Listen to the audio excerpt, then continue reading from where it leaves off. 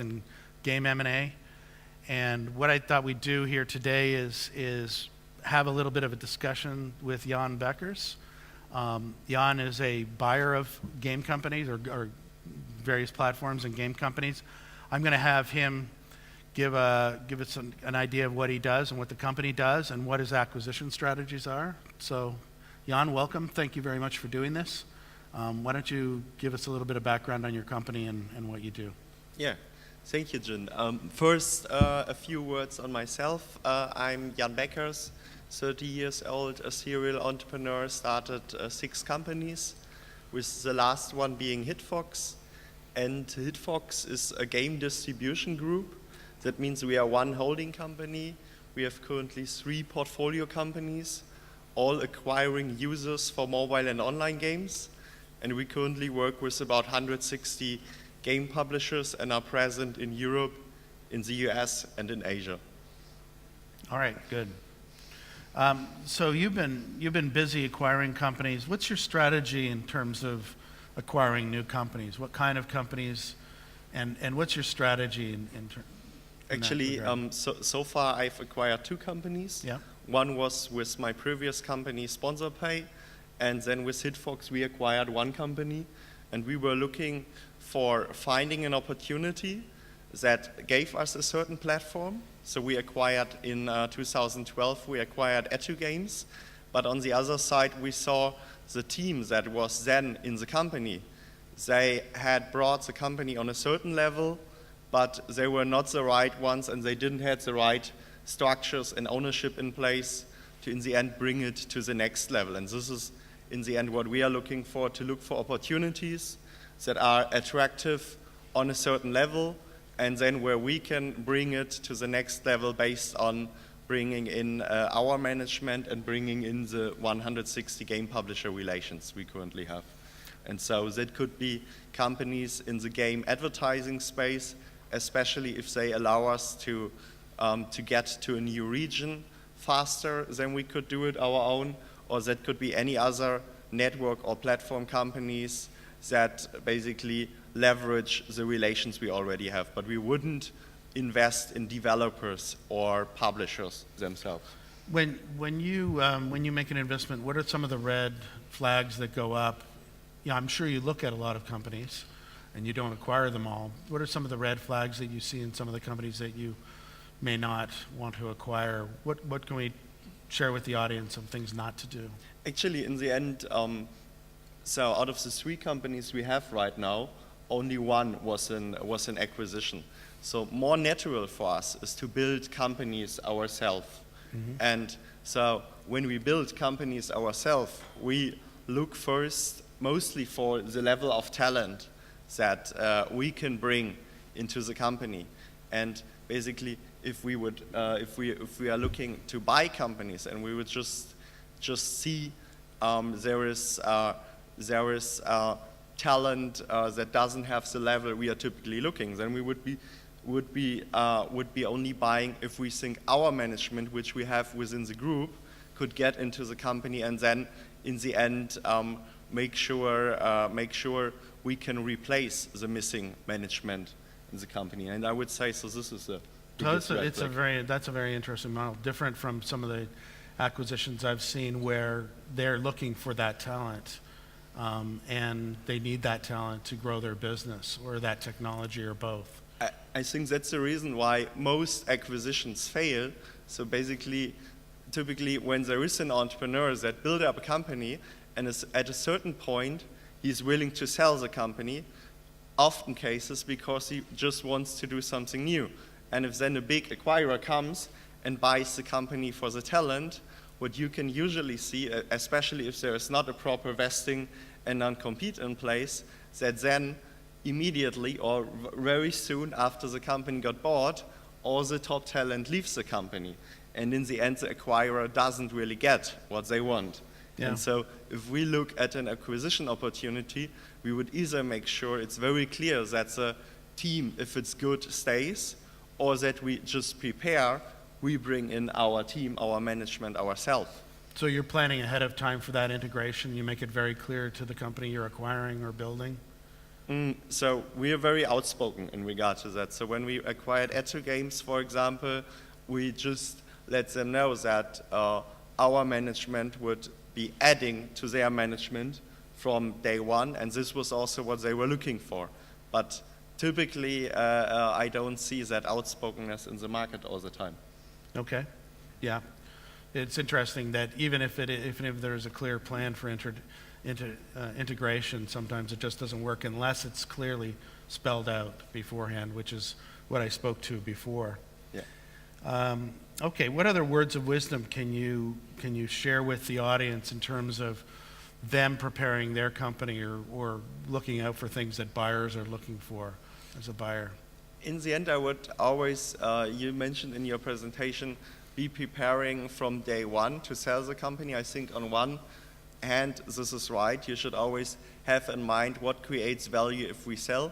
On the other side, much more important than preparing the company for handing it over to a seller is that in the end, you create value with the company you build. So in the end, all the things that prepare the company for being successful as a standalone business are in the end the things the buyers are looking for.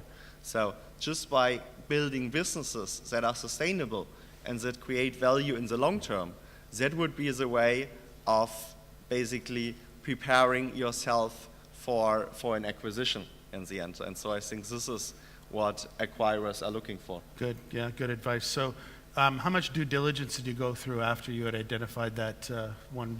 So we acquisition? closed both acquisitions I personally made. We closed the deal in about 3 weeks, just from first contact to closing. In the end, we like to do things. We like to do things very, very fast, and in the end, the market is very fast. Yeah. And so, if you're not able to move very fast, it's just opportunities are gone. Have you had situations where you really wanted to buy a company and you couldn't because they weren't prepared? Actually, no, because in the end we are opportunistic. So we think of ourselves as entrepreneurs, so that means we build companies usually, and we are always prepared to build what we want to have. On the other side, if there is a good opportunity to acquire, we are open, but we never feel the pressure that we need to buy somebody, and therefore we are never really disappointed that we couldn't do a deal. If it's just not the price we want to pay, then it's all good. Where are you based? We're based and headquartered in Berlin, now growing our team in San Francisco, and now my co-founder is starting with this week moving to Asia to also give us a significant presence here. Where in Asia? We are currently in Seoul, but I assume that that will not stay the only Asia office we have. Mm-hmm. Okay. Okay, excellent. And the acquisition that you made, was it a German acquisition? The company was based in Karlsruhe. Yeah. It was owned actually by a game publisher, Gameforge. They had very soon invested in a games ad network, and because the market was right at that time, it grew. But it turned out rather fast. They just, as a publisher, just didn't have the right culture and talent to operate a games advertising network, and that was in the end they saw it, and in the end that gave us the opportunity to buy them at rather favorable terms. Wow, okay. So they had bought them, they had made the acquisition, didn't work out. You saw an opportunity to roll in and take full advantage of it. Exactly. Interesting. So in the end, the same companies that were at that time when we bought them, stable or slightly declining, grew about 300% within a year, just because there was the right ownership, just because the culture changed after we acquired the company, and just because in the end we brought in new management and added the synergies, so the portfolio of companies. So your presence in Asia is there. You're looking for similar acquisitions that can increase the value of your company? If there is a similar company like Etu Games at the time we bought them, I would definitely be interested. Yeah. Yes. And the U.S.? In the U.S., I think we know who would be potential opportunities there, but yet there didn't came something through. On the other side, I just received an offer to have a closer look on one deal 1 week ago. Very good. Yeah. All right, so you're very busy, very opportunistic, and very entrepreneurial. Yeah. So from a buyer standpoint. Right. All right, good. Well, in the interest of keeping us on time, let's get some questions from the audience for Jan. And we've got a microphone in the back. Any questions? No? Okay. All right, anything to add, Jan? Anything about what you're doing or wisdom? What to watch out for? Where you think the market's going? Basically, I would say, reflecting on what we said, I think the wisdom is just what I took out of the acquisitions we made is that just there are a lot of companies in the market that have been established when the times were just very good. So basically, if you have built or started your mobile game developer company like maybe in 2008, 2009, 2010, that was a great time to grow the company to a certain level just because the market was so good. And now what's happening is that because everybody moves into the crowded market, you can see that just being at the right place is not anymore enough. And then in the end, with the market becoming more mature and becoming more competitive, it's about really good execution to make the companies or to keep them successful or to grow them. And I think there's then a decision needs to be made whether the current company management can do that alone or whether it makes sense to look for a partner that acquires you either at cash at the right amount or whether you can join their company and together with them then make it to the next level. Yeah, that's great advice. So timing is ultra critical in selling your company, and it's ultra critical to the buyers too. They're looking at it. You see some buyers that are turning down the volume in terms of buying, and you see some strategic buyers that I mentioned in my previous presentation that are really getting more aggressive in terms of buying. But it's a timing thing. And what I'm finding in the deals that we're doing, whether it be in online or more mobile or social or both, is that you need to differentiate yourself.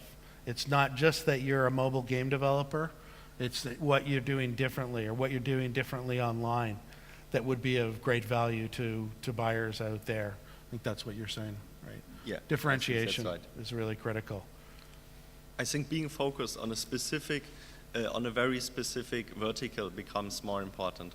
I think just to add that from a more general point of view, because there were like new platforms coming from browser to social to mobile doing in about each 2 years. We came from a time when initially game companies were successful that were focused on one new platform. So the first companies on being on Facebook that were successful there, that were those that were only focused on Facebook initially. And then the same when mobile came up as a platform. The first companies that were successful on mobile were those that were only focused on mobile, always in the early platform times, because in the early platform times, the knowledge there's a high platform specificity in terms of the knowledge you need to make a company successful.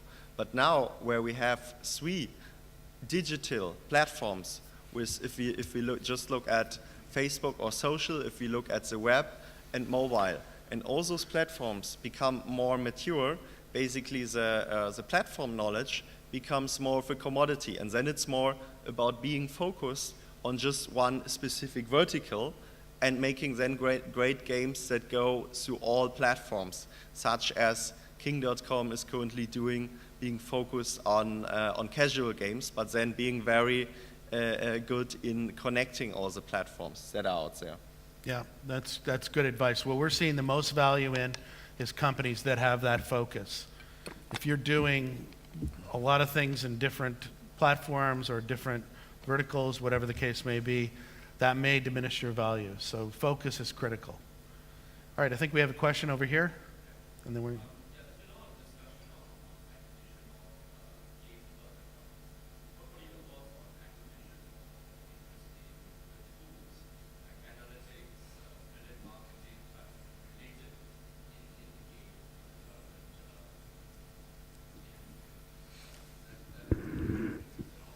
Yes, so basically we as Hitfox Group, we would only acquire those tools as we only want to work with game publishers and developers, not be a game publisher or developer ourselves.